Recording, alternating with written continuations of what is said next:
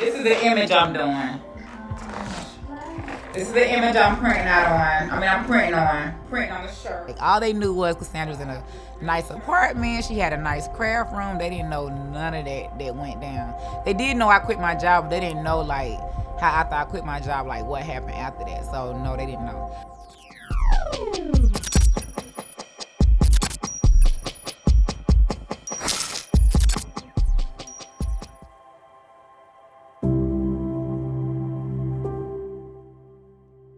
I came from a 9-to-5 background, warehouse to be exact. So I was a packer, I was a picker, but before I started making custom items, I was working corporate. So what made me start Blanks Galore, so I was selling custom items full time and my business slowed down. So I wanted to still offer products to the craft community that can bring in extra income. So that's where I came up with Blanks Galore, where we house the blanks that the crafters need to craft on.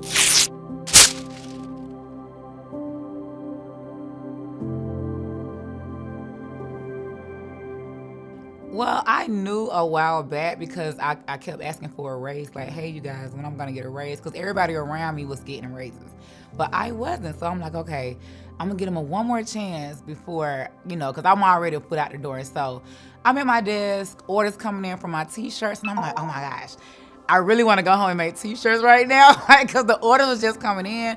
But then I'm thinking they still haven't gave me a raise yet. So before I just be like, I'm finna go home and make these t-shirts, let me walk in this office one more time and say, hey, you guys, what y'all thinking about that raise? And I walked in there and they was like, well, we still thinking about it.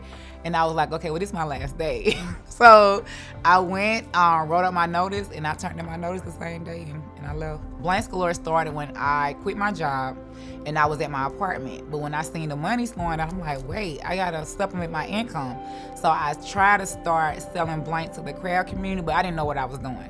So of course the money wasn't coming in fast enough, and I still ended up getting evicted, but I didn't stop Blanks Galore. I just kept building Blanks Galore, still shipping out the blanks, still making custom items, but no, it started literally in that apartment. The moment I knew I was gonna get evicted, I'm just sitting there like, okay, sales going down. I'm posting on social media 24/7 trying to get like that right now money. It's like, oh my gosh, nobody's buying. They were just buying like a couple weeks ago, but what happened? The sales are slowing down, so I'm just like, what am I gonna do? Where I'm gonna go? So I ended up calling like family first, because I'm like, okay, I really don't have to go to a hotel if somebody just let me stay there. So I called a couple of friends, a couple of family, and people got their own family. They don't have enough room, so it was just like, well, no, you can't stay here, or no, we don't have enough room. So it was just like, oh my gosh, I don't got nowhere to go, where I'm finna stay at. So I actually went to another hotel first, and it was just very expensive. So I'm like, okay, because I wanted to still live like a lavish hotel style, but that wasn't working. So I ended up going to the Efficiency, and it was like $175 a week, and I'm like, oh my gosh, I already ain't making money to pay my rent, so how I'm gonna be able to pay my money here at this hotel? So that's when I started selling the blanks. But like I said, it wasn't bringing enough money in, but it was bringing in enough to pay for the hotel. But when we got in the hotel, it was still like, okay, how am I gonna have money to put gas in the car, or how I'm gonna have money to eat right now? Like, the only reason we was eating good, because my son started working at the McDonald's behind the Efficiency. So we had McDonald's food. It was just like, okay, you work on that part. I'm gonna work on trying to make sure we pay this weekly payment every week. So it was definitely a struggle for us. Like I said, it was moments where I just didn't know what I was gonna do. Like, I didn't even know if I was gonna be able to make that next week payment. But like I said, just seeing my son there with me, he's going to work now as much as he could, that would just keep me going. Like, okay, we can do this. Let's just keep staying down. And I still didn't know how we was gonna make it. I mean, the pandemic came out of nowhere, and it was just like, oh my gosh, like, what we was gonna do if I don't even know where I would be right now if that didn't happen. So when that happened, it was just like, okay, we got the blanks in stock, we got something to sell, so let's get it. How'd you feel when you were in that hotel with your son? Oh my gosh, like a failure. I felt like a failure. I felt like a failure to him, a failure to my family, a failure to myself. I didn't want to be here. Like, to be honest, there were times I was just like, what should I do? Like, would anybody miss me? if I'm not here anymore. Then I would look over and my son is in we had like a double bed, and I would look over and see my son and be like, I can't do him like that. And I asked him one time, I was like, look, Nari, you want to go stay with your family? Your aunts, your uncles? He was like, nope, I want to stay right here with you. And that motivated me to keep going, because if he probably would have left and said, yeah, I want to go stay with them, with me by myself stressing like that, I don't know what would have happened. I don't know. So it was like he really gave me that drive to keep going. But I was going live one day, because that's how Blanks Galore started taking off. I was going live, and I had a Blanks Galore backdrop behind me, and it fell one day. And I cut the camera because I'm like, oh my gosh, they finna finally know I'm in a hotel. Because I'm sure because in my craft room, I had bright blue walls. So after a while, I'm sure they knew, wait, where's her blue walls at? That's not her craft room, but they didn't say nothing. So yeah, I had that backdrop up, and when it fell, I was like, oh my God, they probably seen these beds in the back, but they didn't. They didn't say nothing. Well, if they did know, they didn't say anything. So I was pressing the shirts in the hotel because, of course, we got the power in there, the outlet, but the storage unit didn't have an outlet. So I was just packing all of my blanks. So I was housing the T-shirts, the blank T-shirts in there. I was housing the blank tumblers. Now, I wasn't supposed to be packing out of there. They thought I was using it for storage, but I'm like, I don't have any room in the hotel. So I was just housing the blank products in there, and I had my packing supplies, my tape gun, everything, my boxes, and I would go there. I'll print out the orders at the hotel, and then I would go to the storage unit and pack the orders. The breaking news, stay at home. That is the order tonight from 4 state governors as the coronavirus pandemic spreads. U.S. health authorities tonight say there's no doubt we'll see more of this. Americans sick with the coronavirus.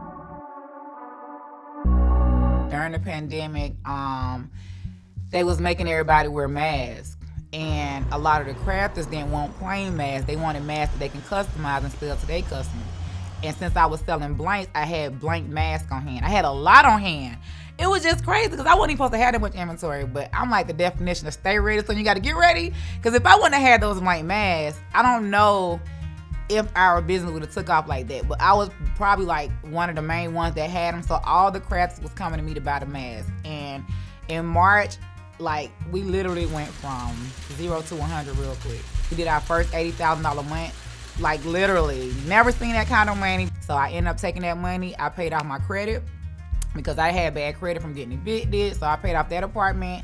I paid off old apartments, and then I ended up getting me a 3-store house once everything cleared. What's up, Mata? So there is extra pressure having my family work for me because I feel like I want to be that one out of my family that shows them that they can do it too, because we never had nobody in our family, make 7 figures or, start their own business. We all work for other companies, 9-to-5s, warehouses, in the field, going all the way back from my grandmama. But I wanted to be that example to let them see you can follow your passion and start your own business too and get to this next level. So that's why I brought them to my business so they can see it every day. There was a situation a couple months ago when business slowed down, and I didn't even know if I was gonna make payroll. But it made me, knowing that I have my family, because I had got to a point where, I'm making money, I get a little lazy. But it was no, your family, you're not just carrying you, but you're carrying your family too. So if you don't get up and work for you, you got to get up and make sure they good. So I started back going live. I started back, getting in front of the camera. Because, I just got comfortable. That's not good. And when I did that, of course, business picked back up. But yeah, it was definitely extra pressure during that time to say, dang, if I quit right now or just take this big break, what's going to happen with my family? So I made sure that I got up and got busy.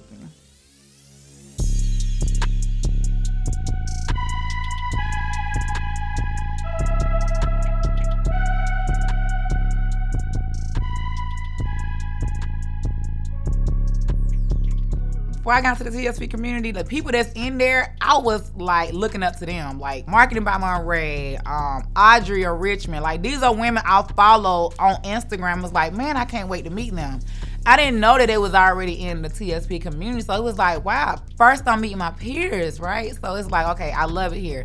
But then just the information that was being shared, nobody talks about it or they don't share that kind of information anywhere. So I was just able to, get in the room, listen to what people saying, apply it to my business.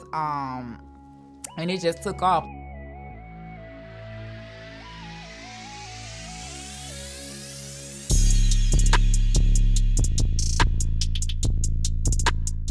My mind has changed.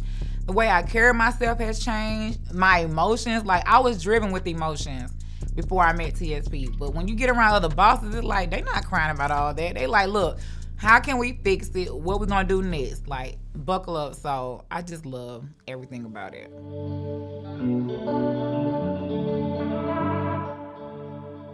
Well, we went to a traffic sales and profit trip in Anguilla. And you know when you get around water and other bosses, it's like, wait, we sitting here talking. And my husband was like, baby, I don't even know who he was talking to, because, you know, he was talking to the men. I was talking to the women. He come back and was like, baby, all them rooms over there, we gotta turn into a content studio. I'm like, what is that? So he's showing me all these. I don't even know who pulled the pictures up for him, because he don't even be on Instagram. He was like, look at all these different rooms. So we talked it over. As soon as I came back from Anguilla, I called the contractors, and it was up in like 60 days. This is the warehouse. You know, it's not clear yet, but we'll do another walkthrough when it's clear. So now, because the people that's coming to the content studio, well, not just the people, like we getting a lot of calls like, do y'all have a podcast studio? Do y'all have soundproof walls? We like, no, you know, we just do pictures. Now we're about to build a podcast studio with the soundproof walls and everything. The biggest lesson I've learned is to set expectations at the door. I always say, you can go fast alone, but if you want to go far, you got to go together. My community played a big part in my growth. Like, if I wouldn't have started that Facebook group before I even started Blanks Galore, I don't know where I would be. I would say, if you start your business today, make sure you are doing something you are passionate about. Because if you don't love it, you're not going to put your all into it. So definitely just make sure you're passionate about it, you're doing your research. Definitely get in the right rooms, because you cannot do this alone. So even if you are passionate about it and you start the business, you're going to need a team or a community to get to that next level.